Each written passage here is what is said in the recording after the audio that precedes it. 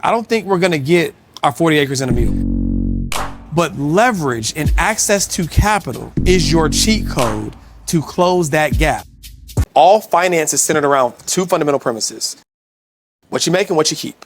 If you just bet a little bit more on the winners and a little bit less on the losers, the math makes sense that you're gonna make more money over time. This is about autonomy. This is about independence. This is about freedom. You can free yourself if you understand how this game works.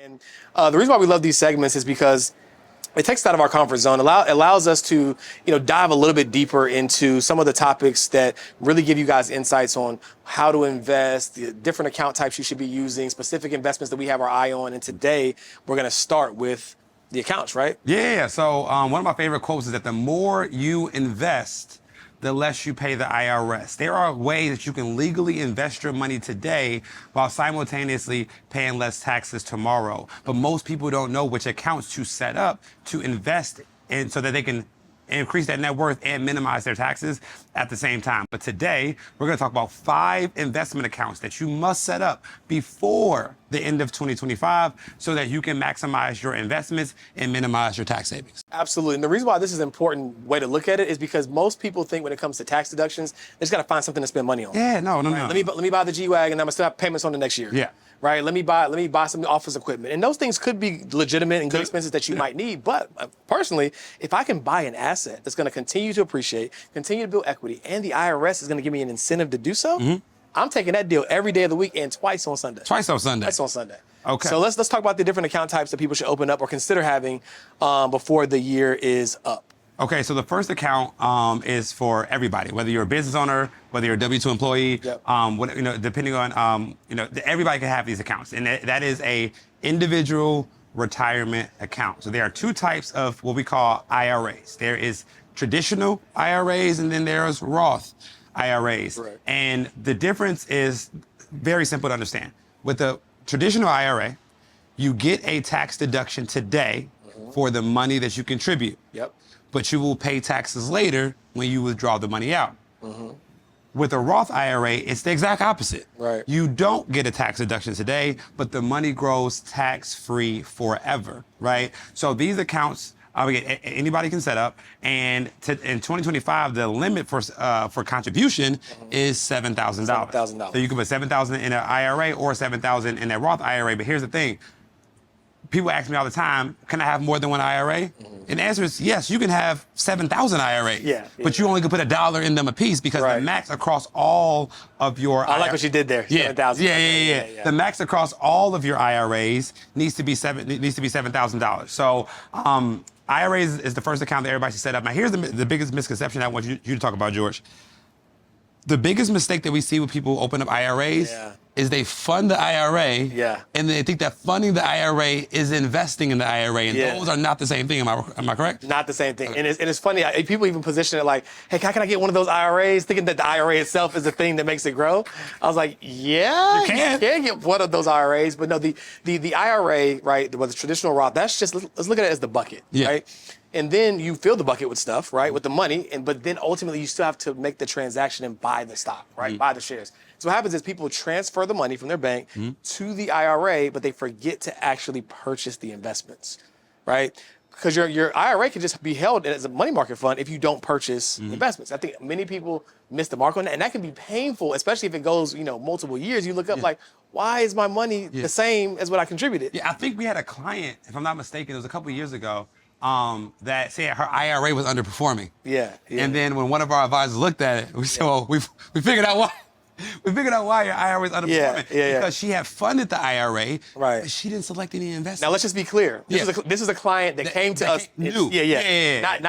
Not a client that had her IRA for 2 years and was working with us. No. Because we wouldn't recommend hiring us if that was the case. And it's an easy mistake to make, right? So there's 3 simple steps. First, we have to understand how the IRS is going to treat this account. Do I want it to be the money to grow on a tax-deferred basis and be taxed when I retire?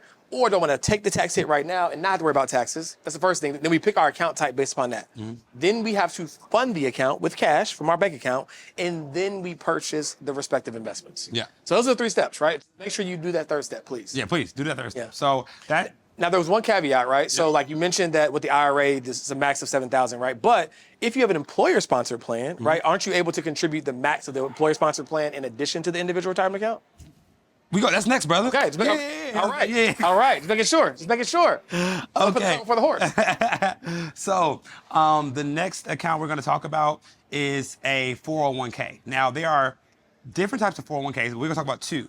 There is a solo 401k, which is for business owners. Yep. And then there's the traditional 401k that you can get through your employer. So let's start with the employer, then we'll back into the solo 401k. So when you have a job and you're an employee, your job they don't have to, but they can offer you a 401k plan. Yeah. And with the 401k plan, you are able to contribute up to $23,500 as the employee. So you as the employee can have money taken out of your paycheck and contribute to this 401k, $23,500. But on top of that, your employer can decide to match your contributions up to an additional $46,500. So the maximum you can put into a company 401k is $70,000. So what you want to do as a W-2 employee, if you are an employee, you want to make sure that you're at least investing into your 401k up to the match. Is that right? Is that a fair assessment? That's a fair assessment. Correct. Okay. Yeah, and so here's the thing, guys. Too. So to Carter's point, your employer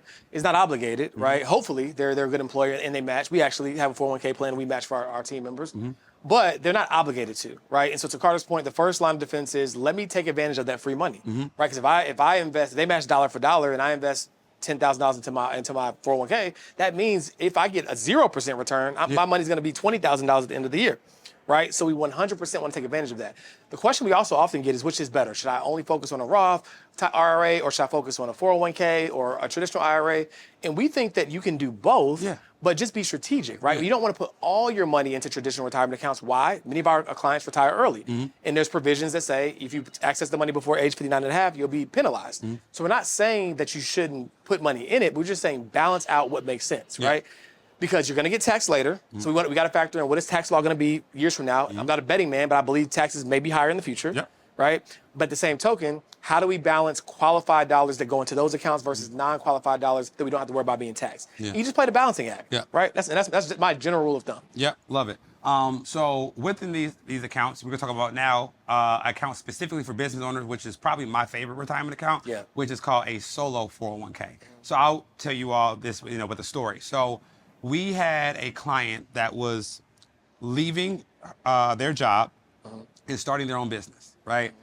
They were afraid to leave their employer, not because they didn't think they were making any money, but because they was like, well, as a business owner, I can't have a retirement plan, so how am I going to stay on track for retirement? And we were like, who said that once you start a business, you can't have a retirement plan? And I think a lot of starting out entrepreneurs or veteran entrepreneurs don't realize that they can set up their own retirement plan, right? And our favorite retirement plan is a solo 401k, right? This is a 401k that you set up for yourself and that you 100% own. And what's amazing about a solo 401k is that you, as the employee of your company, because you're both the employee and the employer of your company if you're an S corporation, you can fund your solo 401k with $23,500 as the employee, but then you can match yourself as the employer and fund an additional $46,500, I believe, into this account. So you can match your own contributions and you can max out your 401k at $70,000 a year. Do you know how fast you will hit your retirement financial freedom number if you're putting away $70,000 a year? Not to mention you're getting a $70,000 tax deduction the same year you make the contribution. Facts. And when most people, when they hear that number, they might say, oh, 70,000 seems like a lot. But what you're not realizing is if you don't put the money somewhere, Uncle Sam's coming for it anyway. Taking it. So when you now can connect the dots, say, oh, shoot, by having this account type, I can reduce my tax liability as an entrepreneur, fund my retirement so that I'm not giving this money to Uncle Sam or purchasing unnecessary expenses. So I want you to think about it from that lens, because I know 70,000 might seem like a big number, but when you realize the money is probably going to get spent anywhere, if you're a multi-six-figure or seven-figure entrepreneur, you can rapidly get to your freedom target so much faster. Yeah, and another benefit of a solo 401k is, depending on who you set up your solo 401k with, you can set up what's called a loan provision, right? Now, One of the main reasons people don't invest their money in retirement accounts is because they feel like they can never touch it. I can never touch it. I can never get it back until I'm 59 and a half. Right. But what's key with the solo 401k, when you set it up with the loan provision, the loan provision allows you to borrow from the account up to $50,000 or 50% of the portfolio, whichever is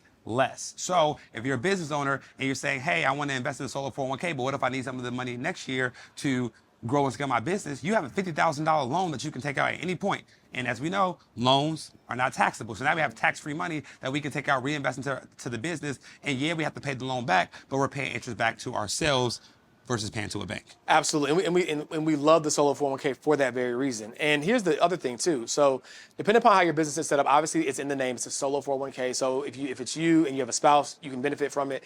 If you have employees, it may not make the most sense. However, depending upon if you have a great team, like me and Carter have a company of over 40 employees at this point. Yeah. But because of how we have it set up, we both have solo 401ks. Yeah. Right, and that's another episode for another day. Yeah. But it is a great tool for building your retirement income and also saving money on taxes simultaneously, which is why we say there's no line in the sand of just put money in the Roth or just put money in a traditional retirement account. They both have different use cases for different reasons, and we just want to diversify, not to mention that we can do things like backdoor Roth conversions as we get closer to our retirement date, which is also another episode for another day. Yeah. I was like, hey, leaving a lot of cliffhangers today. Leaving a lot of cliffhangers. That means you guys just got to come back, right? Stick around. Okay. Or not, but if you watch one of our earlier segments, we broke down the different account types, right, that allow you to invest and not pay the IRS, right? So what we wanted to do in this episode is talk about how we've actually leveraged these strategies in order to be able to win the game of wealth. So let's get into it. Yeah, because the reason we want to do this is because we want to let you all know that the strategies that we are teaching is not just theory. Yeah. We don't teach or help implement any strategy with our clients that we haven't done ourselves. So we want to use this episode to show you all how we invest legally without having to pay the IRS. And anybody can do it, but with the lack of knowledge, you can't do it. And I'll speak from my perspective, because for 4 years ago, I didn't know, for 4 or 5 years ago, I didn't know this was possible. Yeah. And let me give you some background. I have a undergraduate degree in accounting. I have a master's degree in accounting. I'm a licensed financial planner. I thought I had this money and investing thing figured out. But when you introduce something greater, you drop something lesser. And George came down to LA. Yeah, LA. And we went to dinner, and you broke down this strategy that literally blew my head off. So I won't rob the people of the experience. I'll have you tell it just like you told it to me. Yeah, so this is what you want to tell the story or how the strategy. Well, so tell the story first. Okay, the strategy. exactly. Okay, cool. Yeah. So we were at dinner. Yeah. And I had logged into one of my investment accounts, and I said, bro, I don't know if you knew this or not, but you do realize that when you invest your money in a brokerage account, you can actually leverage it, borrow against it, your money can remain invested, you still get access to the capital, it literally get transferred to your bank account tomorrow, right? And you can use the money for whatever you want while your money stays invested. But so here's the thing, at that moment, I didn't understand the difference between borrowing from an account and borrowing against an account. Can you please break it down? Break it down. Exactly. It's a huge difference. Exactly. So let's just say you have $100,000 invested in an account, right? And Charles Schwab or Fidelity or TD or wherever your money is invested, they allow you to borrow from your account. What that would mean is if you have $100,000 and you want to borrow 50% of your account value, you would now have $50,000 left in that account, and then you would take the $50,000 and invest it elsewhere or do whatever else you want with it. Not a bad deal, right? Because now your money's invested in two separate places. The caveat is now half of the money that you previously had invested is gone. So if your investment grew by 10%, it will only grow by $5,000. Right, versus growing by 10. Okay. 10, right? So not a bad deal, right? But there's a better way, right? So when you borrow against the value of your investment account, what that means is your investment account is acting as the collateral. And so your investment institution is willing to give you a separate line of credit without you having to take any money from your investment account. So that same example, if we had that $100,000 invested, I now would have a line of credit with this institution for $50,000. My $100,000 would remain invested, but I now have an additional $50,000 that I can use for whatever I want to use it for. Why is this powerful? Number one is because the original portfolio gets to grow and compound with the total portfolio value, right? So instead of it being half, the total amount is there. Number two, it doesn't create a taxable event. right? In the first example, yes, you didn't pay taxes, but in this example, imagine still getting access to the 50,000, keeping your 100, and never having to sell any of your investments in order to get that money. So no taxable event is created. Number 3, when you get that loan, the IRS will allow you to deduct the loan interest, right? So let's look at the benefit in totality as a case study. If I have 100,000 invested in stocks that I really believe in and they're doing well, I don't want to sell them, so I get a separate line of credit based upon the value I have here. I get $50,000, I go buy a piece of real estate, use that to buy a piece of real estate, right? That real estate is producing cash flow that I reinvest back into my portfolio. Oh, and at tax time, I'm going to get to write off the loan interest, and I don't have to worry about paying any capital gains because I never sold any of my investments. Do we understand how powerful of a strategy this is, right? I don't think, I'll go on a limb here, I don't think we're going to get our 40 acres and a mule. I'm sorry. Yeah. I don't think we're going to get it. Not. But leverage and access to capital is your cheat code to close that gap, because you're using money that wasn't originally yours strategically and intentionally to buy more investments that you wouldn't be able to buy to accelerate your wealth building, all while avoiding taxes at the same time. Yeah, and like I remember being at the dinner table and like processing this in real time. Yeah. I said, okay, wait, George, you mean to tell me I got $100,000 invested, and this was back when rates was like 2.5%. Yeah. So I got $100,000 in my portfolio. I get to borrow 50% of that. So I get a $50,000 loan at 2.5%. That's crazy. That means I'm paying back what, $1,250 or whatever on this loan. So I get a $50,000 loan at 2.5%. My money is still invested in the account, growing at, let's say, 10%. So my money is still making me $10,000. My money is still making me more than the interest it costs to borrow the money. Let's start there. Yeah. You know what I'm saying? So like, I have no problem borrowing because interest rate arbitrage. If I'm borrowing money at 2% and I use it to buy an asset that grows at 10%, I'm getting free money at 7.5% every year. And the original portfolio is also growing at 10%. Still growing. Right. And then if you're investing in good companies, that next year your portfolio might be at 110 or 120. Guess what that did? That gave you more margin to borrow. So you can rinse and repeat. Now, again, we're going to talk about in more detail that we recommend paying that loan off with the cash flow from the investment. But even if you didn't, there's a good chance if your portfolio grows by 15, 20% that next year, your borrowing percentage went down from 50 to 45 or to 40, right? And so you can just continue to rinse and repeat. And the thing I want you all to know is that this may be new for us, but it's not new. It's not new. It's not new. Billionaires have been doing this for decades. What's up, YouTube family? Thanks so much for watching the show. I hope you are enjoying this episode, but if you are watching this, there's actually a 70% chance that you're not subscribed to the channel. And that's okay. We appreciate you for watching and listening. However, if you wouldn't mind hitting that subscriber button, it'll let YouTube know that other people are interested in this show so that we can further spread the message of money. And if you're ready to start learning how to build wealth and save on taxes, we highly recommend you join our Multiply Your Money Challenge. This is a 5-day virtual event where both me and George are going to be teaching you the advanced tax and investing strategies of the 1%. And we highly recommend that you grab a VIP ticket because both me and George are going to be answering your personal financial and tax questions. That link can be found in the show notes below. Can't wait to see you there. Peace. Right? When Elon Musk wanted to buy Twitter or X, he didn't say, let me go use my money or let me go get a loan from a bank. He said, hey, I own Tesla shares. I'm going to leverage my Tesla shares, borrow against it, take hundreds of millions of dollars to buy another asset. And people are going to give me that loan because I have equity in this company, right? And it's not taxable. It's crazy. And the benefit is, you might say, well, Elon Musk can do it. He's a billionaire. He owns Tesla. Tesla is what we call a publicly traded company, which means if you own shares in these publicly traded companies inside of your investment account, then guess what? You get to do the same thing. So we're not spouting these useless platitudes. Oh, you can do it too. No, you literally can do it too. You don't have to be. You are owner of the company. I think that's the part of me people don't realize. Every time you invest in Meta, in Tesla, in whatever company, Google, right? Like, you are a part owner. Yes, he might be the CEO. He's not the founder, actually. might be the CEO of this company. And yes, he might own substantially more shares, but relative to what you want to use the money for, you can take advantage of the same strategy. So that way we can stop complaining about billionaires avoiding taxes. You can do the same thing. Like, there's no rule book that says you can't do the same thing. Yeah. And I think that's the part, like, we have to realize is, like, I don't believe, so in our company, we have this philosophy that people will do more for recognition than they will for money, right? And what most businesses do, they exploit that and say, okay, well, they're gonna buy the Lamborghini as a status symbol. They're gonna buy the big house as a status symbol. They're gonna buy the Gucci bag as a status symbol, and we know that, so let's exploit that status, right? What we do instead is let's celebrate and reward our clients for the wealth they're building. Why am I even telling you that?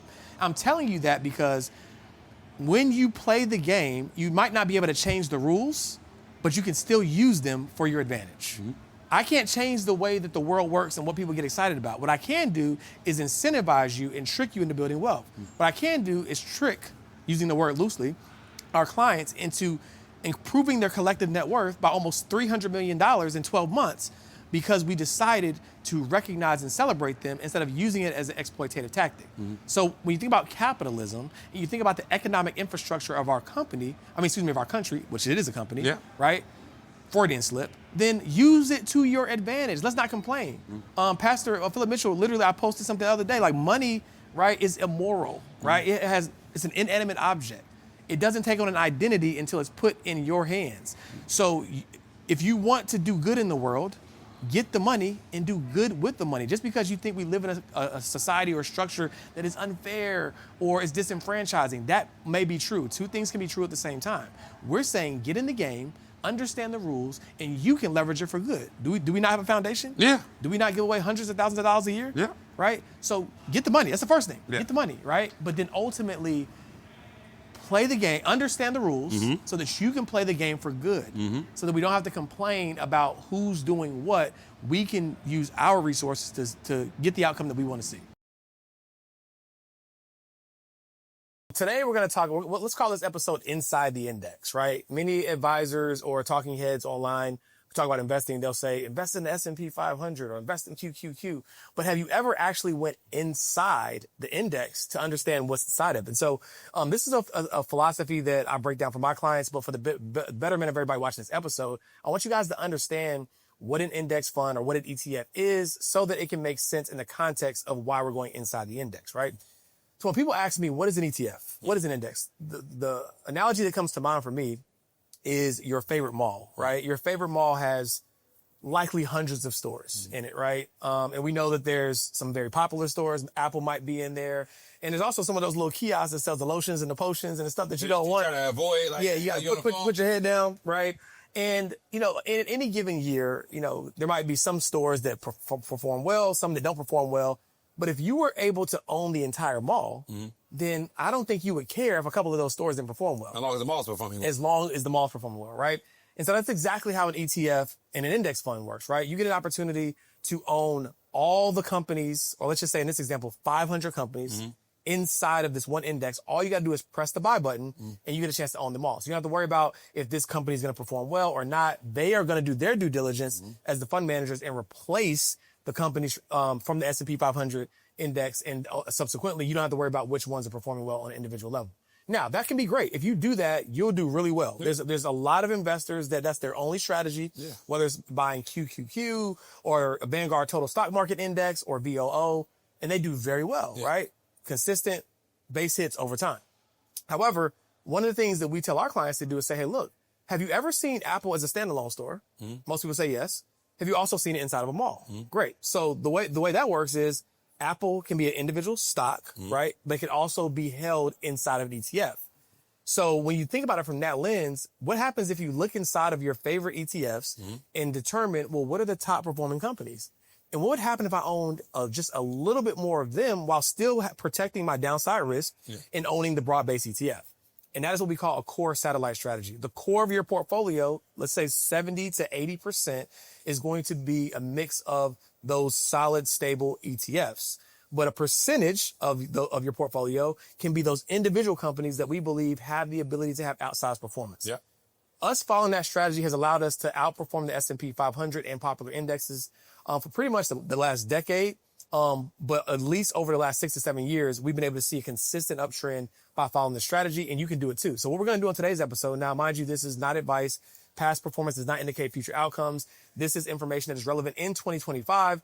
Do your own research and assess your own personal risk tolerance. However, we want to give you guys the exposure and the insight on some companies that could substantially outpace the S&P while still owning, right, the S&P 500 index as your base. Yeah, and it makes sense because when you look at, in your analogy, the mall, right, some of those stores in the mall are losing money. And the only reason the mall is profitable because the stores that are doing the best are making so much money that they're consuming the losses or the low performance of other companies, right? And so if you just bet a little bit more on the winners and a little bit less on the losers, the math makes sense that you're going to make more money over time. Big facts, big facts. All right, so we're going to start with one of my favorites. If you've been following me for any amount of time, you would know that you've heard me talk about this. I called this out originally back in 2021. When it was at $23 a share, I told people to double down, wrote a whole white paper on it in 2023. When it was at $6 a share, publicly share this information. And it's Palantir. Okay. Palantir, first thing you might want to wonder is like, what do they even do?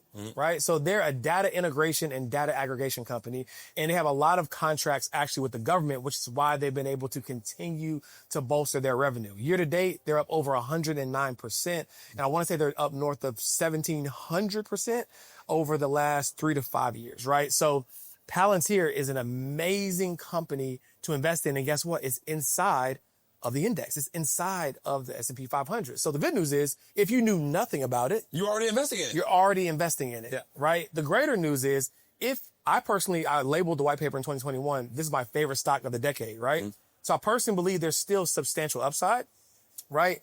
And if you share that belief, if you share that conviction when you do your own research, not only can you own it inside the index, but you can also consider owning it as a part of your overall portfolio. So let's just say you have $100,000 invested, $70,000 was invested in a handful of ETFs, and maybe $5,000, right, was invested in Palantir.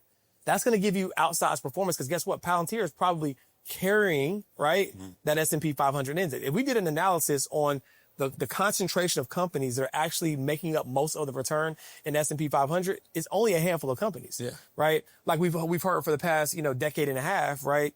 The Magnificent Seven?